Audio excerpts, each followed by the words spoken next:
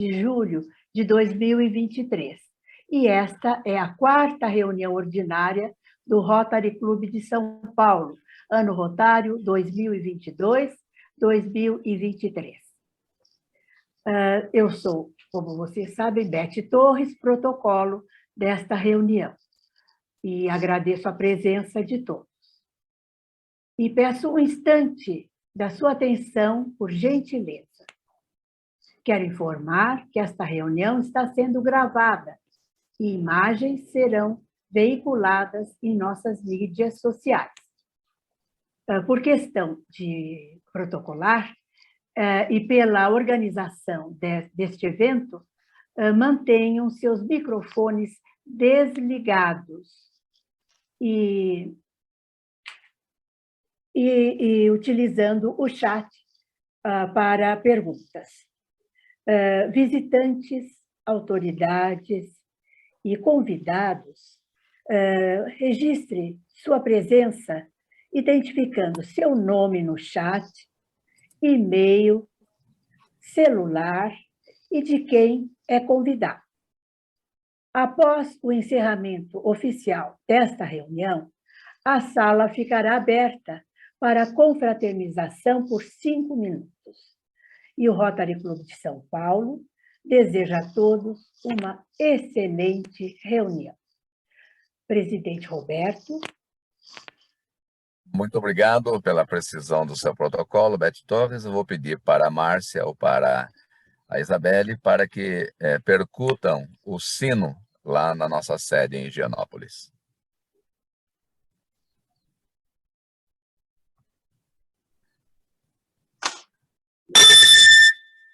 Muito obrigado, companheiros, companheiras, autoridades, visitantes. Agradeço imensamente a presença de todos na nossa tradicional reunião de quarta-feira. Sejam todos bem-vindos à nossa quarta reunião ordinária desta gestão do Rotary Clube de São Paulo, sob o lema Imagine o Rotary. Eu inicio essa reunião saudando, como é de praxe, a nossa bandeira nacional.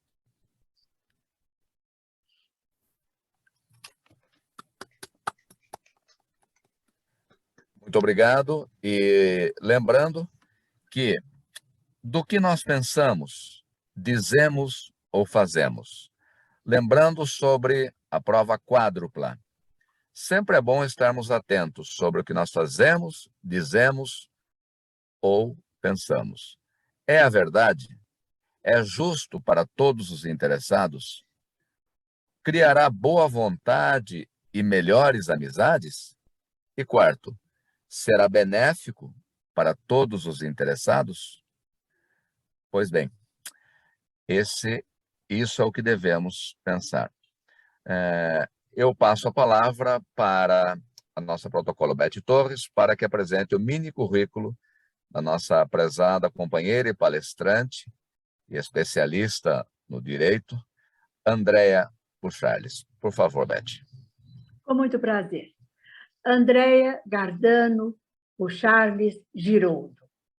Ela é bacharel em Direito pela Universidade Estadual de Londrina, Paraná, mestre em Direito dos Negócios pela Escola de Direito da Fundação Getúlio Vargas de São Paulo, pós-graduada em Direito e Processo do Trabalho pela Universidade Presbiteriana Mackenzie.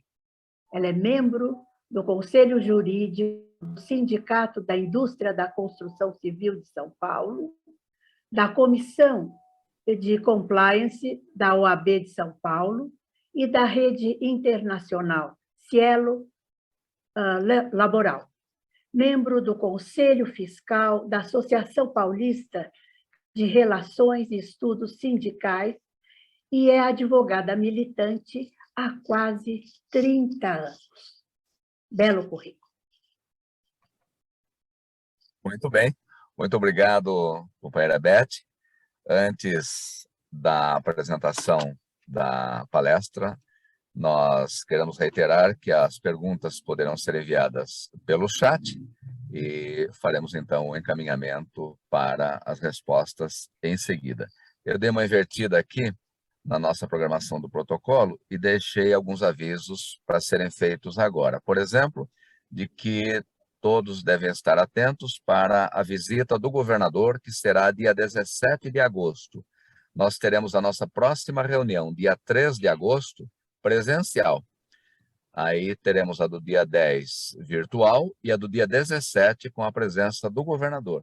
Inclusive, nesta quinta-feira, teremos uma reunião da diretoria com a governadora assistente Diva, que vai nos orientar sobre como preparar a documentação para a visita do governador. Quero também informar que estou empenhado praticamente aí nos últimos dias na atualização do estatuto do nosso clube e do regimento interno. Isso com a brilhante, efetiva e eficaz contribuição do nosso companheiro João Gilberto. E eu já coloquei uma meta para que nós tenhamos aprovado o estatuto e o regimento no máximo em setembro, estourando em setembro, para a gente resolver essa situação de atualização. É óbvio que atualizada será passada para todos durante um período que provavelmente será de 7 ou 10 dias, para que todos mantenham a sua contribuição, e em seguida será votado numa reunião própria para isso. Quero informar também que participei junto com o governador Ivo, participou também o Márcio Arroio, e também o José Gustavo, de um seminário importante no sábado sobre DQA. Aí no final eu falo um pouco mais sobre as importantes informações que foram transmitidas nesse seminário, que durou a manhã inteira do sábado. E agora, neste momento, deixa eu abrir aqui. Nós temos, deixa eu ver aqui se eu consigo abrir na página correta. Ok, está aqui. Eu quero prestar uma homenagem póstuma ao falecimento do filho do nosso querido companheiro José Roberto Arruda Pinto, um falecimento precoce, que aconteceu no sábado passado, e eu pedi para a Márcia selecionar aqui, do nosso querido Chico Xavier, uma frase que conforta. Provavelmente o Zé Roberto Arruda, se não estiver na tela, assistirá essa reunião mais tarde. Eu gostaria de deixar aqui o nosso profundo pesar por esse infortúnio e trazendo uma mensagem confortadora do Chico Xavier, que diz: sobre a terra tudo é ilusão, tudo passa, tudo se transforma de um instante para o outro. O que conta é o que guardamos dentro de nós. Tudo mais há de ficar com o corpo, que se desfará em pó.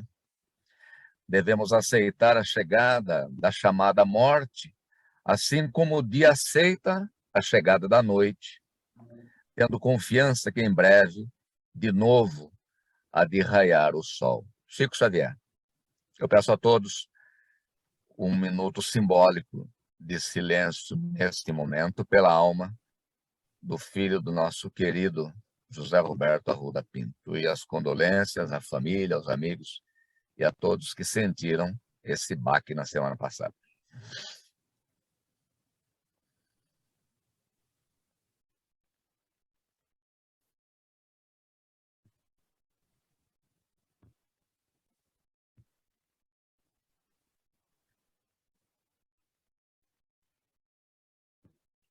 Muito obrigado, companheiros e companheiras. Passo a palavra para a nossa querida palestrante, Andréa Bucharles.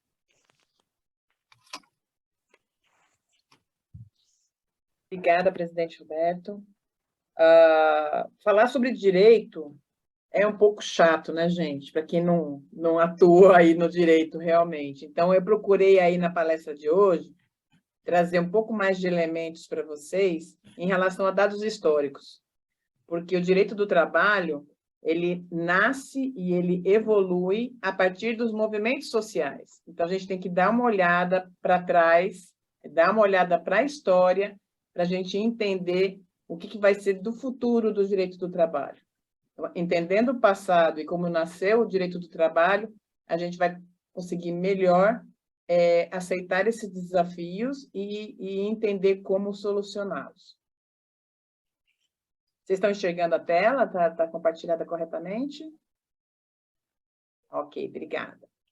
Então, só aqui um pequeno sumário desse nosso bate-papo hoje. Nós vamos falar aí do surgimento do direito do trabalho a partir da Revolução Industrial, as primeiras leis, de documentos importantes que foram escritos e concebidos, né, lá no início do direito do trabalho, o Tratado de Versalhes, que é um momento em que realmente é um divisor de águas para o direito do trabalho internacional, e vamos olhar para dentro do Brasil, o surgimento do direito do trabalho no Brasil, os principais diplomas que regulamentam as relações de trabalho, e os desafios da atualidade nessa área. Então, o direito do trabalho, como é que ele surge, né? Da onde ele surge? Então, a gente tem que voltar lá no século XVIII, na Revolução Industrial que aconteceu na Inglaterra, que foi financiada pela burguesia. O surgimento se dá com a figura do proletariado assalariado, é um empregado que tem vínculo empregatício subordinado, e ele trabalha para aquela sociedade industrial. As razões do surgimento do direito do trabalho, elas são de natureza econômica, política e jurídica. A razão econômica da mudança é a Revolução Industrial, né? Graças ao uso do vapor como fonte de energia, surgiram as primeiras máquinas e com o surgimento das primeiras máquinas nasceram as primeiras indústrias. Para operar as indústrias, era necessário trabalhadores assalariados. Vale lembrar que essas máquinas, elas eram caríssimas, né? Tudo isso era muito caro.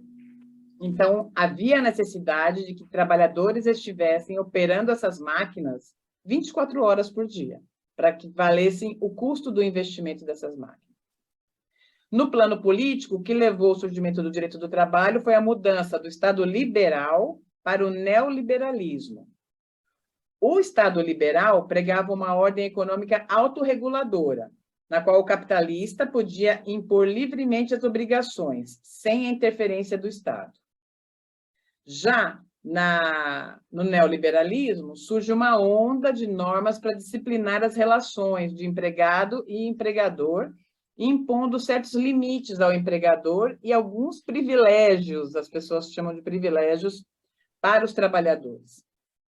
No âmbito jurídico, surgem as primeiras pressões em busca da união dos trabalhadores, culminando aí com o nascimento e o surgimento do sindicalismo. As primeiras leis que surgem, elas surgem para coibir abusos, especialmente em relação da mão de obra da mulher e mão de obra infantil. Na época, em 1791, havia uma lei chamada Lei Le Chapelier, que dispunha que a jornada de trabalho das crianças ela era limitada a 12 horas por dia. Então, vocês imaginem que não tinha nem idade, não havia limitação de idade para a criança poder trabalhar ou não. O limite era apenas da jornada. A jornada só podia ser de 12 horas. E essa lei Le Chapelier também proibia qualquer tipo de associação entre trabalhadores. Então, sindicatos eram proibidos e as greves eram proibidas. E a indústria, nessa época, era proeminentemente a indústria têxtil, né? E utilizava muito a mão de obra da mulher e da criança. Na Inglaterra, em 1802, surge vamos dizer assim, patrocinada pelo então primeiro-ministro Robert Peel, surge o primeiro ato da moral e da saúde, que proíbe o trabalho de crianças e adolescentes no período noturno. Então, as crianças são retiradas aí do trabalho noturno, mas mantém-se a duração de 12 horas de trabalho para as crianças. E na França, nessa mesma época, Napoleão Bonaparte estabeleceu órgãos destinados a dirimir as controvérsias entre empresas e trabalhadores. Esses conselhos, eles não faziam parte da Justiça do Trabalho, mas é um órgão que a gente entende como precursor da Justiça do Trabalho como nós conhecemos ela hoje. Em 1848, a gente tem o primeiro manifesto comunista, né, de Engels e Marx. E é um documento que, na essência, ele traz ele tenta buscar a conscientização do trabalhador como forma dele conseguir mais direitos. E com medo de que essa ideia do socialismo se propagasse pela Europa como um todo, começaram, então, a surgir outras leis dando mais direitos a esses trabalhadores. Nessa toada veio a do chanceler Otto von Bismarck, na Alemanha, que ele impulsionou aí a criação de uma legislação social voltada para a segurança do trabalhador, obrigando empresas a subscreverem apólices de seguro contra acidentes de trabalho, incapacidade, velhice, doenças, além de reconhecer os sindicatos. Então, vamos olhar só que em 1881, são 100 anos atrás, 130, 140 anos atrás, não havia qualquer tipo de lei trabalhista, uma proteção maior ao empregado. Foi quando elas começaram a surgir, né, no âmbito dos países.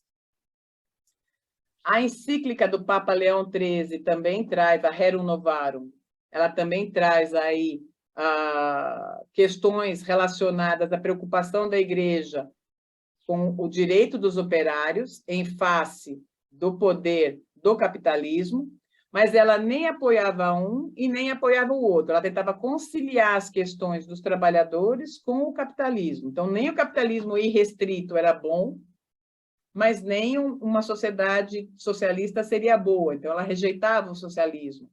Se discutia as relações entre governo, negócios, trabalho e igreja. É um documento muito importante também, um divisor de água nas relações de trabalho. Em 1819, então, após a Primeira Guerra Mundial, vem o Tratado de Versalhes e cria a OIT, a Organização Internacional do Trabalho. A OIT é uma agência das Nações Unidas que tem uma estrutura tripartite, no qual representantes dos governos, de associações de empregadores e de trabalhadores, de todos os Estados-membros, eles participam em igualdade de voz. Então, todos são ativos na organização. Só as duas. O Brasil, ele é um dos responsáveis, é um dos membros... Opa, desculpa, deixa eu voltar aqui. Ele é um dos membros fundadores da OIT, e isso impulsionou muito o direito do trabalho no Brasil. Essa participação do Brasil na OIT, ela lastreia, então, o desenvolvimento do direito do trabalho no Brasil. Antes disso, a gente quase não tinha legislação brasileira regulando as relações de trabalho. Ela surge a partir da necessidade que o Brasil, como um dos fundadores da OIT, tem de subscrever os tratados internacionais que são organizados pela Organização Internacional do Trabalho. Então, no Brasil, o que a gente tem como primeiras normas trabalhistas, né? Nós temos primeiro o fim da escravidão, né? O fim da escravidão em 1888. Alguns dizem que nunca terminou, né? A escravidão continua até hoje, a gente tem outras formas de escravidão, mas, de fato, a Lei Áurea veio e promulgou o fim da escravidão no Brasil. A partir da Lei Áurea, nós temos alguns decretos que foram regulamentando trabalhos e começaram, assim como na Europa, restringindo o trabalho dos menores, aí no Brasil, no caso, de 12 a 18 anos, protegendo o trabalho da mulher também, e jogando para a mão do Estado a possibilidade de fiscalizar. Então, em 1923, foi criado o Conselho Nacional do Trabalho, que ele fiscalizava e assegurava o cumprimento das regras impostas pela OIT. E aí é interessante que, desde sempre, não só no Brasil, tá? Isso é observado em outros países no mundo também. Não basta a gente ter as normas trabalhistas. Muitas normas trabalhistas existem e não são respeitadas. Então, é preciso que tenha também uma fiscalização, seja por parte dos trabalhadores, seja por parte do governo. Sem isso, as normas elas são desrespeitadas de forma reiterada. Então, no Brasil, a primeira Constituição que traz direitos reconhecidos dos trabalhadores é a Constituição de 1934. Antes de 34, a gente não tinha, na Constituição Federal, nada em relação ao direito do trabalho. E surge o direito do trabalho na Constituição de 34, com direitos como a liberdade sindical, que hoje não existe mais. O Brasil tem sindicatos, sim, mas não existe uma liberdade sindical. Isso é um capítulo até à parte para a gente conversar. Mas traz questões como isonomia salarial. Então, todo mundo que desempenha a mesma atribuição deve receber a mesma remuneração. O salário mínimo para uma jornada de 8 horas, na época era 48 horas, né? Hoje já é 44, na época eram 48 horas. A jornada de 8 horas de trabalho, a proteção do trabalho da mulher, dos menores, o repouso semanal e as férias remuneradas. Isso tudo estava na Constituição. Mas existia uma série de direitos que não estava contemplado na Constituição. Então, ao mesmo tempo que a Constituição previa alguns direitos, outras normas, outras legislações vieram acrescentar direitos aos trabalhadores que não estavam originariamente previstos na Constituição. E a gente tem aquela sequência de transformações constitucionais no Brasil, né, da era Vargas. Então, em 34, a gente teve uma Constituição que trazia toda essa proteção do trabalhador, inspirada nas constituições da Alemanha de Weimar, que se chama a Constituição que também introduziu direitos do trabalho na Constituição alemã, e a Constituição mexicana, que também traz direitos sociais na sua proteção. Em 37, a gente vem e tem uma nova Constituição, né? Inspirada na Carta del Lavoro, de Mussolini, né? Do fascismo de Mussolini. A principal mudança em termos aí de direito do trabalho se dá em relação aos sindicatos. Embora se reconheça a possibilidade de ter sindicatos, os sindicatos passam a ser supervisionados, vamos chamar assim dizer, pelo Estado brasileiro. Então, o sindicato ele não tem mais uma ampla liberdade, né? Ele é vigiado de forma constante pelo Estado, tanto que existia a carta sindical, né? Existe até hoje o registro, a carta sindical, e o governo cassava a carta sindical a depender da forma como o sindicato se posicionava em relação ao governo. Então, dou o direito, mas eu te controlo ao mesmo tempo. Então, não havia muita liberdade nessa época também para os trabalhadores. Em 43, também inspirada nesse modelo do fascismo de Mussolini, é criada a consolidação das leis do trabalho. E aí é curioso a gente trazer que as leis do trabalho, né, a CLT é o único documento que ele não é tratado como um código. Ele não se chama Código das Leis do Trabalho, né? É uma consolidação das leis do trabalho. E por que essa consolidação? Acho que são duas características principais.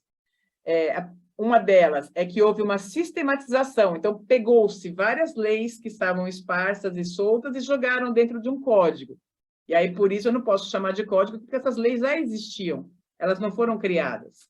Então, a consolidação nada mais era do que consolidar mesmo, trazer tudo para dentro de um mesmo documento para facilitar o manuseio de informações por parte de trabalhadores e empregadores. E também em razão da dinâmica das relações de trabalho. As relações de trabalho mudam muito rapidamente a depender do estágio da evolução da indústria, da empresa, dos negócios. Então, ter uma consolidação, de certa forma, nos permite essas mudanças de forma mais flexível, mais sistemática. Dentro da consolidação das leis do trabalho, então, a gente pode trazer aí alguns marcos de legislação daquela época, que a primeira lei de indenização por despedida injusta, ela foi feita em 1935, a Organização da Justiça do Trabalho, de 39, o direito de greve, de 46, o repouso semanal remunerado, de 49 também, e a gente tem aí outros exemplos de leis que foram sendo incorporadas. A gente tem o 13º salário, que é de 1962, a legislação. Então, vai se incorporando ao longo do tempo várias outras legislações que não apenas a CLT. Até por isso que eu brinco que ser advogado trabalhista é um desafio, porque enquanto outras áreas do direito existe apenas um código, a gente tem várias leis, uma CLT, a gente tem a Constituição Federal, a gente tem as convenções coletivas de trabalho, a gente tem uma série de documentos que precisam ser analisados nas relações de trabalho. Dando um salto aí na evolução da legislação do trabalho no Brasil, a gente tem a Constituição Cidadã, né, do Ulisses Guimarães, em 88. Aí eu já consigo falar com mais conforto, porque eu já vivi essa época já, eu acompanhei a Constituinte de 88. Ela tirou o direito do trabalho de dentro das relações gerais, aí, das regras gerais da Constituição Federal, e ela trouxe o direito do trabalho como um dos principais direitos. Os direitos sociais, eles subiram na hierarquia da Constituição, e eles estão logo após o artigo 5º da Constituição Federal, dada a importância do direito do trabalho para uma sociedade democrática e civilizada. Então, hoje, os direitos sociais, né, os direitos do trabalho, que são os direitos sociais, eles estão galgados à condição lá de cláusulas que não se podem modificar na Constituição, são garantias fundamentais das pessoas. Então, é aquilo que dá dignidade, né, para o ser humano, e por isso eles não podem ser alterados. Dentro da Constituição Cidadã, a gente destaca aí a redução da jornada de trabalho para 44 horas, era de 48 horas semanais antes, então as pessoas trabalhavam de segunda a sábado, 8 horas por dia, e aí há essa modificação de 44 horas na semana. O adicional de horas extras passa a ser um direito constitucional também. E tem vários outros direitos, né? Existem aí mais de 30 incisos que tratam de direito do trabalho, mas os que eu mais dou destaque são esses, e a isonomia salarial entre avulsos e empregados. Então, eu posso ser um trabalhador avulso e ter os mesmos direitos que são garantidos aos empregados. Por fim, a gente tem a reforma trabalhista de 2017, e aí só quero trazer para vocês que tudo são movimentos, né? Só para a gente entender que tudo são movimentos em termos de direito do trabalho. A gente nasce com uma movimentação lá atrás, impulsionada pela indústria, pela Revolução Industrial, e a gente chega aqui em 2017 com a necessidade de gerar mais postos de trabalho, que foi isso que o governo justificou, a necessidade de reforma com a geração de novos postos de trabalho, mas principalmente com a desburocratização das relações e com a valorização da negociação setorial. Então, quando eu valorizo a negociação setorial, eu quero dizer o que com isso? Eu estou privilegiando que as próprias partes, né, que são os partícipes da relação de emprego, o empregador e o empregado, consigam acertar aquilo que é melhor para eles no âmbito das negociações sindicais. É essa valorização que a reforma trabalhista de 2017 pretendeu dar. Então, quem sabe o que é melhor para determinada categoria é a própria categoria. Não adianta eu ter uma CLT carregada de direitos se eu não consigo impor eles à categoria, porque eles não são interessantes para a categoria. Então, a categoria tem que negociar aquilo que é melhor para ela. Os principais direitos que fazem parte desse movimento da reforma trabalhista, a gente tem a terceirização, que apesar dela não estar na CLT, né, ela está numa lei à parte da CLT, ela é parte desse movimento também de reforma trabalhista, então a terceirização passa a ser regulada por lei. A gente tem o teletrabalho de uma forma mais ostensiva, a gente já tinha antes um regramento na CLT de teletrabalho, mas ele torna-se um pouco mais extenso. Um direito que eu gosto muito de trazer é o fracionamento das férias, que antes não existia a possibilidade de fracionar as férias em até 3 vezes.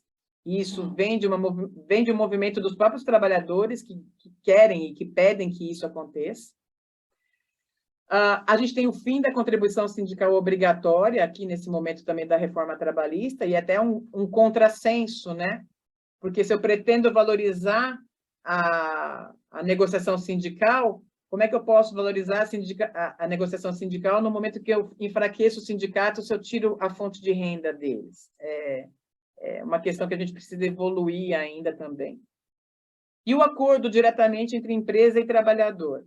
Então, há 5 anos já, nós temos a possibilidade de fazer acordos, a empresa direto com o trabalhador, seja durante o contrato de trabalho, seja no final do contrato de trabalho. Eu faço um acordo, prevejo aí o pagamento de uma indenização e eu levo para a justiça só para homologar. Eu não preciso que o trabalhador ingresse com uma ação trabalhista questionando algum direito que ele, porventura, tivesse na relação de emprego. Eu posso fazer esse acordo previamente a essa ação trabalhista e levar para o juiz só para ele homologar. E trago aqui para vocês os desafios atuais, né, que a legislação ainda não está, não acompanhou ainda os desafios atuais, e a gente está hoje discutindo projetos de leis que envolvem esses temas. Em virtude da Revolução Industrial, da quarta Revolução Industrial e da Indústria 4.0, a gente tem a robotização, né, o término de postos de trabalho convencionais, a gente tem o surgimento de atividades e profissões que a gente nem imaginava antes. Os principais aí temas polêmicos do momento é a uberização, né, que é o trabalho em plataformas, que são esses trabalhadores que eles são acionados via plataforma. Eles não têm um empregador. Então, o trabalhador se cadastra na plataforma e, surgindo uma oportunidade de trabalho, a plataforma chama ele. O exemplo típico aí que a gente tem é o iFood, né? O iFood, o Uber, são os mais evidentes, mas nós temos outras formas de trabalho em plataforma surgindo. Hoje nós temos aí um cliente que está para implantar um trabalho em plataforma em home care. Então, surge a necessidade de alguém, de um atendimento na casa do paciente, a plataforma vai fazer a intermediação do profissional com essa pessoa que está precisando do trabalho. Que tipo de relação é essa? Ela não é uma relação de emprego que deve estar subordinada à CLT, mas também deixar esse trabalhador desprotegido, sem a renda mínima, sem direitos mínimos, é o desafio que a gente tem hoje. Então, eu não posso, de forma alguma, deixar esse trabalhador desamparado, mas também eu preciso facilitar com que essas novas relações elas aconteçam. E o outro desafio que eu entendo para o momento é do Anywhere Office, que a gente chama, né? Que é o trabalho em qualquer lugar. Eu posso estar aqui, hoje eu estou aqui em Londrina, não estou em São Paulo, estou no Paraná, estou na casa da minha mãe, estou trabalhando daqui. Eu poderia estar nos Estados Unidos, eu poderia estar no Japão, eu poderia estar em qualquer lugar do mundo.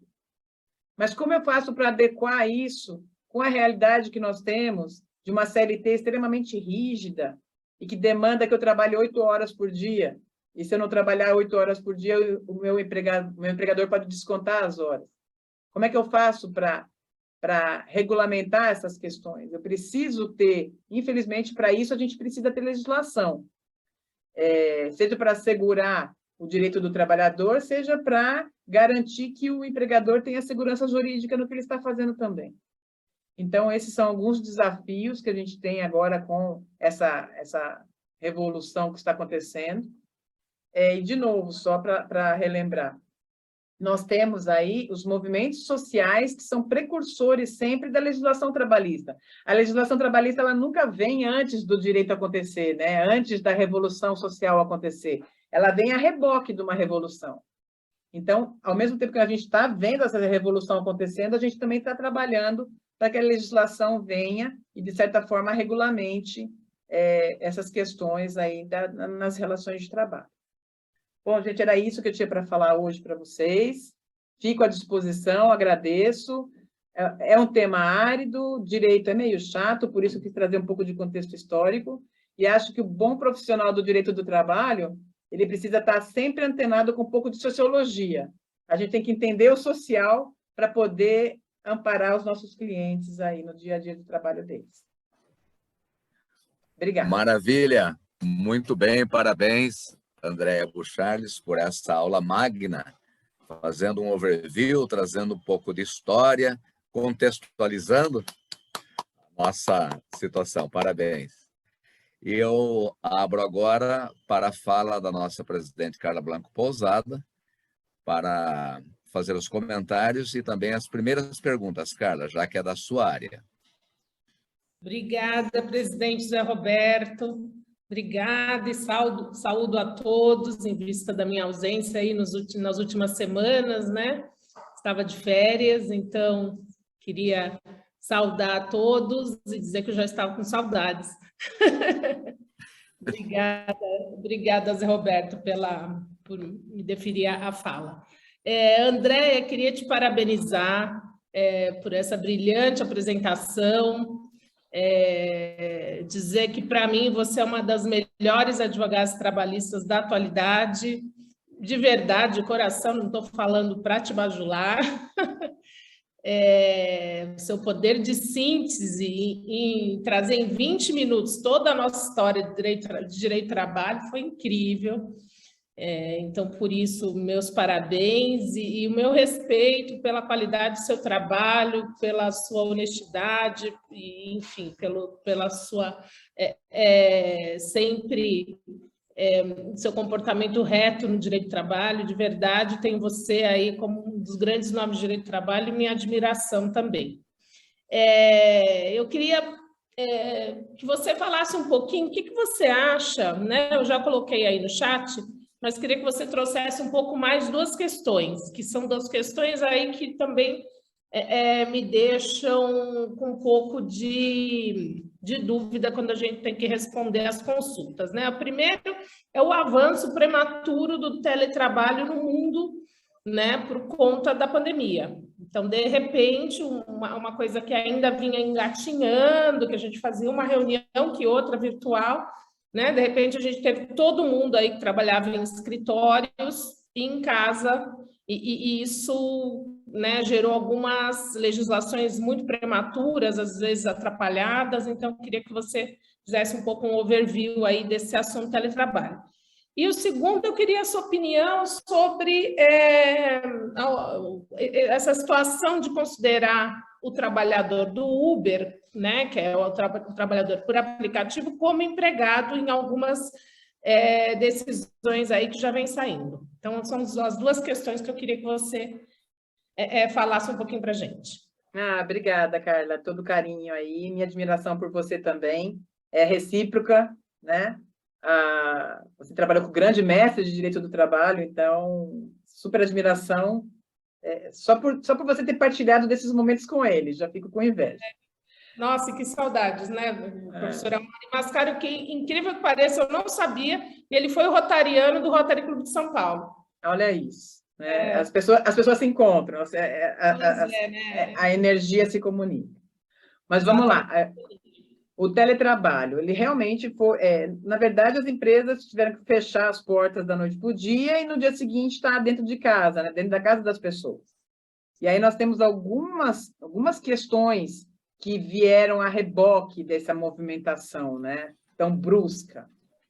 A gente tem a questão do direito à desconexão, que veio a reboque, ou seja, a gente passou a estar 24 horas, eu estou na minha casa trabalhando, então, teoricamente, eu estou 24 horas disponível para o meu empregador, ele pode me acionar o tempo todo por WhatsApp, pode me acionar o tempo todo aí por e-mail, já que eu estou na minha casa, eu estou em casa, estou trabalhando em casa, eu posso ser acionada, né? Esse é um dos problemas que veio junto com o teletrabalho, o direito à desconexão. Junto com isso, as empresas também não pensaram no primeiro momento, não são só os direitos dos trabalhadores, né? Eu tenho sigilo de informações, eu tenho informações confidenciais trafegando no âmbito doméstico agora. As informações que deviam ficar em casa, ficar no âmbito do trabalho, ficar nas empresas, elas estão agora dentro da casa das pessoas. E muitas empresas se descuidaram desse momento também, das suas políticas de confidencialidade, das suas políticas de segredo da informação, porque se preocuparam muito na continuidade do negócio. Então, a preocupação com regular o segredo da informação e o direito à desconexão, ela veio num segundo momento. Eu acho que são os dois principais pontos de atenção nesse momento para os empregadores. A gente vem enfrentando questões aí como ajuda de custo, como controle de jornada de trabalho. Eu sou favorável ao controle de jornada de trabalho, mesmo no ambiente do teletrabalho. Apesar de não... A CLT, né? A medida provisória agora vem e coloca o controle, mas a CLT, originariamente, ela não prevê o controle de jornada no teletrabalho. Eu sempre recomendo para os clientes que mantenham o controle de jornada sim, e que garantam ao trabalhador o direito à desconexão. Não é porque ele está em casa, em home office, que ele tem que estar 24 horas do tempo ligado no trabalho. São as questões principais aí em relação ao teletrabalho. Quanto à segunda pergunta, que é do trabalho em plataforma, eu confesso que eu não tenho uma convicção muito formada a esse respeito ainda, em especial em relação ao Uber. Porque quem defende que tem o vínculo de emprego com o Uber, diz que o Uber seleciona quem é que vai atender a chamada, diz que o Uber penaliza aquela pessoa que ela de certa forma, não é um motorista confiável ou que não atende de forma adequada o trabalhador, e essas punições e essa forma de controle se equivaleria a uma nova forma de controle do empregado, né, do trabalhador. Ao mesmo tempo, o motorista também tem o direito de aceitar ou não a corrida, de não querer trabalhar determinado dia ou não. Então, para mim, ainda está muito insípido, eu não consigo te dar uma resposta definitiva, mas eu tendo a entender que ele tem menos uma relação de trabalho típica e, por isso, ele não estaria amparado na CLT, e mais uma relação de trabalho nova, que precisa de uma legislação nova para regulamentar. Eu também não posso deixar esse trabalhador desamparado 100%. Ele tem que ter direitos assegurados, direito à seguridade social assegurado, direito a uma renda mínima assegurada. É isso que eu gostaria de ver avançando no nosso Congresso Nacional. Uma legislação que pudesse amparar esse trabalhador de plataforma. Não só do Uber, mas como esse exemplo que eu dei para vocês, o trabalhador de home care. Isso já vai acontecer em breve. São as plataformas contratando trabalhadores em home care. Então, eles não podem estar 100% desprotegidos, eles precisam ter alguma forma de proteção também. Não digo que é da CLT, mas de alguma legislação. Perfeito. André, nós temos duas perguntas que abordam a questão do home office. Eu vou fazer a pergunta, colocar para você, a pergunta do Fernando Matos: qual o limite atual da lei para o controle do empregador em relação ao empregado em home office e que não poderia ser considerado invasão ao direito de liberdade desse empregado? É a pergunta do Fernando Matos. E agora, a pergunta da Nancy Regina de Souza: você entende de que o home office é um sistema mais humanizado, uma vez que deixa o trabalhador próximo da família e, em certas profissões, lhe dá mais flexibilidade, vez que está mais condicionado à entrega e não à jornada? Ok, obrigada. Com relação à pergunta do Fernando, eu vi recentemente uma discussão de que o empregador estava tendo acesso ao ambiente de trabalho do empregado em home office porque ele tinha acesso à câmera do computador do empregado. E aí, quando eu coloquei isso num grupo de discussão, o pessoal falou, mas isso já é feito lá fora há muito tempo. Na Rússia, eles fazem isso. Bom, a Rússia não é parâmetro para nada. A Coreia. Não é muito Coreia do parâmetro. Norte. Não é muito parâmetro, né? Então, a gente tem algumas medidas, sim, que não são permitidas, né? Você acessar, acessar a câmera de vídeo do laptop do empregado seria uma coisa que, para mim, seria inconcebível, né? Até porque você não pode colocar câmera também em cima do trabalhador no ambiente de trabalho. Então, não digo que você não possa ter um controle, e para isso eu acho que funciona o controle de jornada, sim. Por isso, acho saudável manter controle de jornada. O controle feito hoje, as empresas estão usando muito aplicativo para controlar a jornada de trabalho. Assim como também aqueles aplicativos que mostram se a pessoa está online ou está desonline, que nem fala minha filha. Se ela está online ou não está online. Existem aplicativos que mostram isso também. Então, existe alguma forma, sim, que é possível fazer o controle, desde que não seja considerado uma invasão. Então, imagens, eu acho que é invasão de privacidade, não pode ter. Mas outros aplicativos que possam controlar, sim, se ele está ou não trabalhando, eu acho viável. Com relação à flexibilidade de estar em casa, o que a gente tem ouvido muito falar, principalmente em São Paulo, né? É o ganho de tempo que a pessoa tem em não ter que se deslocar para o trabalho. Eu sou uma abençoada que mora a 10 minutos do trabalho. Eu pego meu carro, em 10 minutos quando eu pego o farol fechado, eu estou no trabalho, 5 minutos eu pego todos verdes. Mas isso é uma situação excepcional. Eu vivo num mundo excepcional. Existem pessoas que vão trabalhar no escritório que ficam 2 horas no trânsito. Então, poupar essas pessoas de 2 horas no trânsito é um ganho em saúde também, que a gente tem que pensar. E ganho de rendimento. O que o brasileiro precisa aprender um pouco, e aí eu tenho que dar palmatória para os americanos, né? Eu não salvo de palmas, é a eficiência e produtividade do americano. O americano, quando está no trabalho, ele está trabalhando. O brasileiro, quando está no trabalho, ele está no cafezinho, ele está conversando com alguém. Aí, quando as pessoas falam para mim, aumentou a produtividade, eu falei, não tem o cafezinho. Então, aumentou a produtividade. Celular também é uma, né? As pessoas ficam muito tempo em rede social, batendo foto e postando em rede social, WhatsApp, realmente é uma perda de produtividade absurda. Por isso que, ao mesmo tempo em que você é um trabalho mais humanizado, sim, você tem o problema de não ter, de certa forma, aquele trabalhador também no ambiente de trabalho, e você perde aí um pouco, que as empresas reclamam um pouco, da perda do contexto desse trabalhador dentro da empresa, que também as empresas, e aí é um desafio para os RHs, as empresas manterem a motivação desse trabalhador mesmo estando fora, né, do ambiente de trabalho. Aí a pergunta do Alexandre, se você me permite, Roberta, a pergunta do Alexandre aqui para a gente acelerar, é que ele pergunta... Está no mudo, Roberto. Ok, beleza, André. Tá Pode bom, tocar. tá bom. A pejotização é uma tendência, né? Representa uma evolução nas relações ou um retrocesso. A pejotização, ela sempre vai ser um retrocesso quando eu estou falando de precarização do trabalho. Então, se eu estou falando que eu vou transformar um trabalhador que ele não é realmente ele não é um empresário, não é um microempresário, eu estou transformando ele num PJ para eu economizar, quando eu estou visando a economia, eu estou falando em retrocesso. Então, para mim, isso é um retrocesso. Por outro lado, essa decisão do STF agora, que veio validar, né, os contratos de PJ no âmbito das relações liberais, né, das profissões liberais, principalmente, para mim é uma evolução. Para mim, falar que um médico não sabe o que ele está assinando um documento, ou que um advogado não sabe que está assinando um documento e depois vira pegar a CLT e falar, não, mas a CLT me protege, para mim isso é um assinte, né?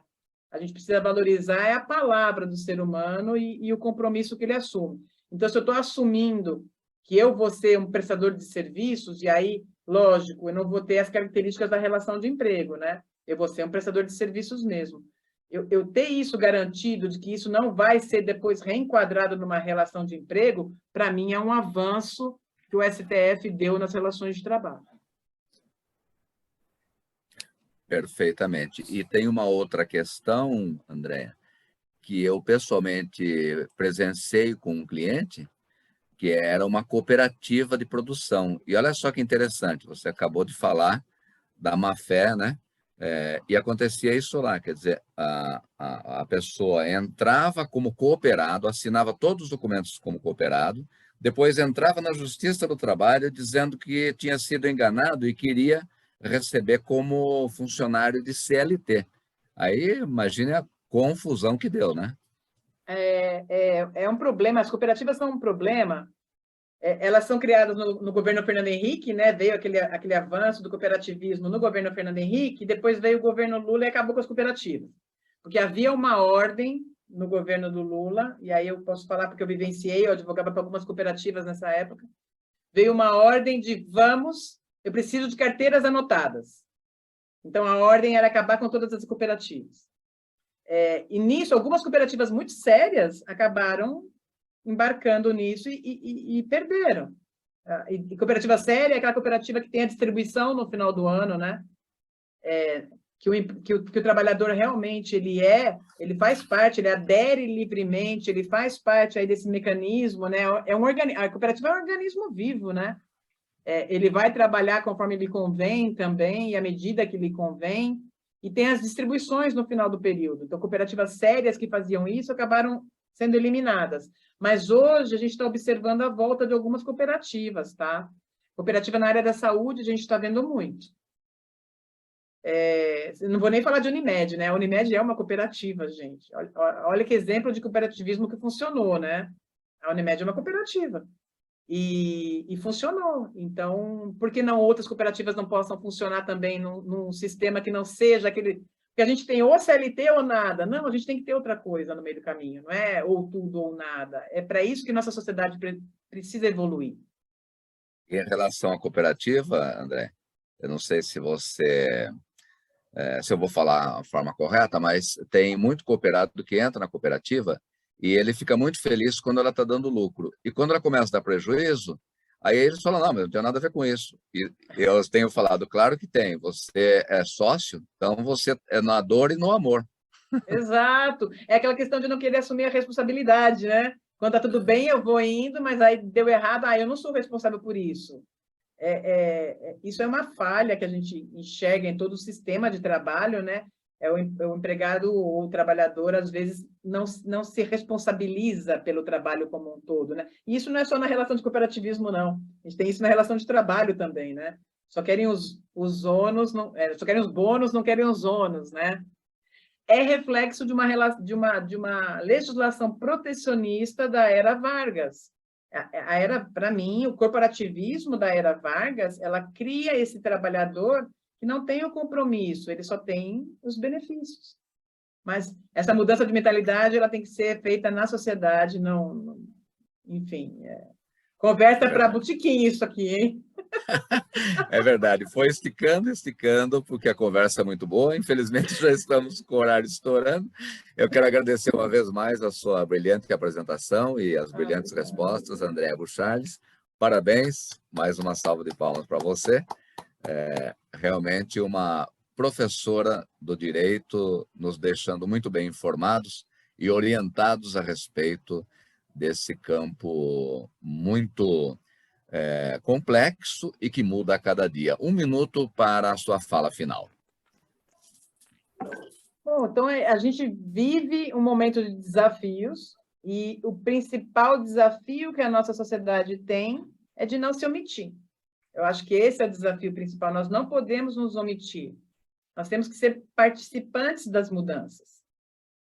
A sociedade que não participa da mudança, a mudança ela vem imposta. Um dos lados vai escolher. Então, é necessário que todos os lados estejam presentes no debate das relações de trabalho, porque, do contrário, um dos lados prevalece, né? E o outro lado fica depois se questionando sempre, mas por que é assim? É assim porque você não participou. Tem que haver a participação de todo mundo. Então, seja no legislativo, seja no âmbito dos sindicatos, de uma forma ou de outra, o trabalhador tem que estar presente e o empregador também. Muito bem, obrigado e sucesso para você, André. Obrigada. Eu passo a palavra agora para o nosso protocolo Beth Torres, para saudar os visitantes, as autoridades.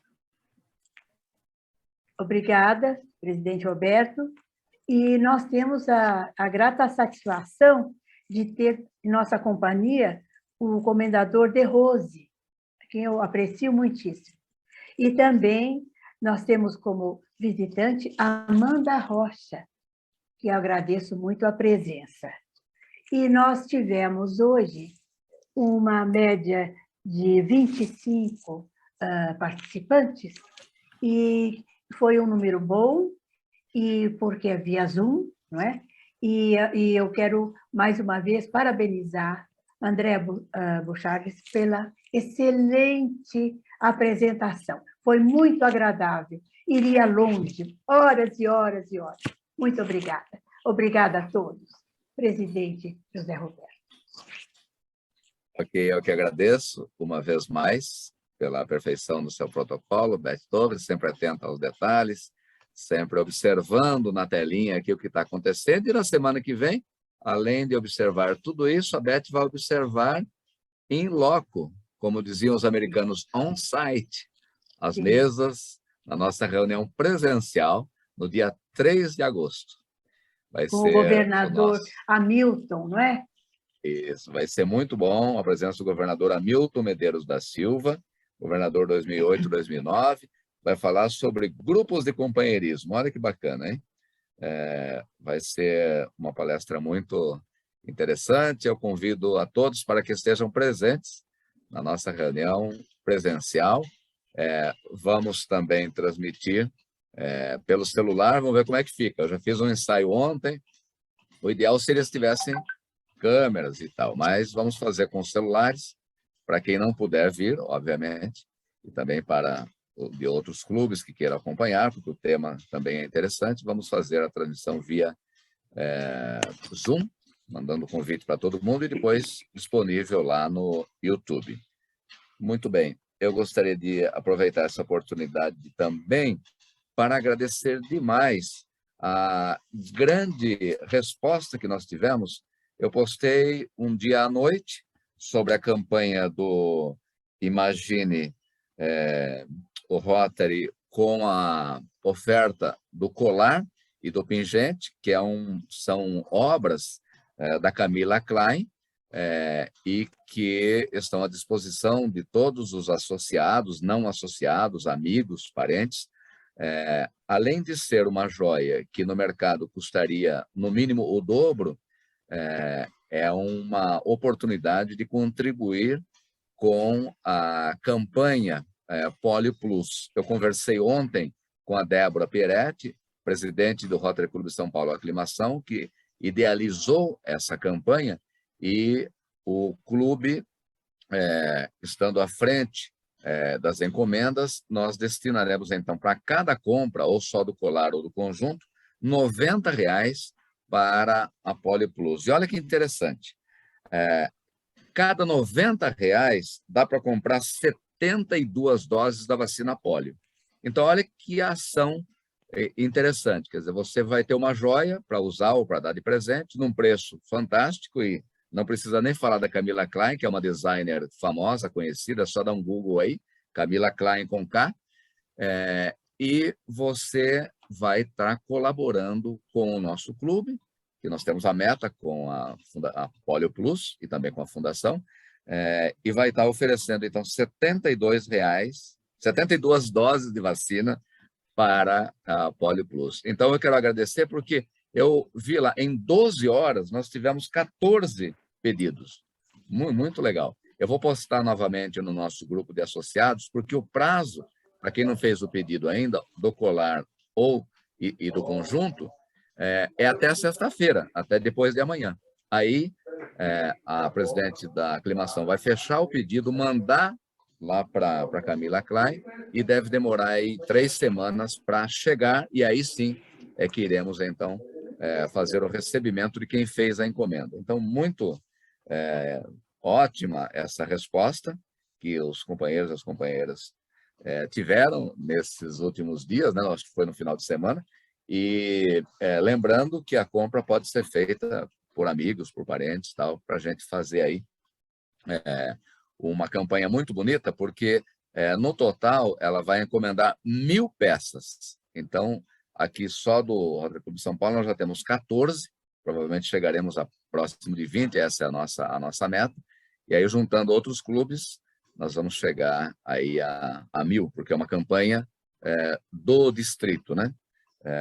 Falando em distrito, eu gostaria de falar rapidamente, que já estamos em cima do horário, sobre o seminário DQA, do qual eu participei no último sábado. Eu vou dar alguns números aqui sobre uma pesquisa que foi feita aqui para no distrito. O número de associados cresceu nesse ano rotário 2,3%. 2,3%. Só que o número dos companheiros e companheiras que iniciaram o ano e desistiram, saíram, é de 18%. Olha que interessante. Então, nós temos uma missão de atrair, mas maior ainda de reter os companheiros. 62% desses 18% que saíram tinham até 2 anos de clube. Então, nós temos que olhar bastante para essa situação na nossa gestão, né? Eu falando isso, na verdade, eu estou fazendo uma pregação para convertidos, né? porque todos que estão aqui sabem dessa responsabilidade e se empenham na manutenção e na atração, né? Mas são números que são interessantes para a gente pensar. E durante as próximas reuniões, eu vou falando sobre esses cursos aí de atualização que eu venho fazendo. Ontem mesmo teve uma palestra do ex-governador Adriano Valente, também sobre a situação do DQA, e, em síntese, o que mantém os companheiros e companheiras no clube é um engajamento. Engajamento em quê? Em projetos. Por isso aqui, eu estava ansiosamente esperando a presidente Carla voltar, porque eu já vou perguntar para a Carla, vamos fazer o evento lá das meninas empoderadas, né? Esse é o termo correto, Carla? Empoderamento de meninas, né? Empoderamento de meninas. Empoderamento de meninas. Conto com você. Claro, também para claro. realização desse evento. E outros que eu já estou conversando com o Márcio, estou conversando com o Lívio, conversando com o Irineu de Mula, enfim, com todos os que podem ajudar. O Fernando Matos também, que está aí na tela, o Mircea. Nós temos uma reunião quinta-feira agora, às 19 horas, com a diretoria, para falar também sobre o nosso planejamento e como nos prepararmos para a visita do governador dia 17, que vai ser presencial também. Muito bem, são 13 horas e 45 minutos. Eu, com esses comunicados e esses comentários, vou encerrando, então, a nossa reunião desta quarta-feira, lembrando que na semana que vem estaremos ao vivo aqui no 5º andar do prédio do edifício Rotary com a palestra do governador Hamilton Medeiros Silva. E eu agora